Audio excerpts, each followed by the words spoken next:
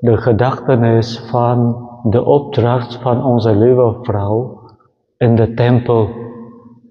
Volgens de traditie werd Maria vanaf haar kindertijd aan de Heer in de tempel opgedragen, zodat Maria de Heer daar mag dienen.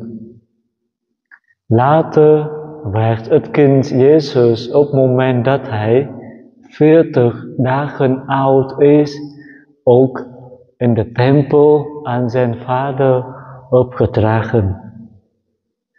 Het is mooi om een kind aan de Heer op te dragen in het doopsel, zodat vanaf kindertijd een kind de tempel van de Heer mag worden en de Heer in het kind mag wonen.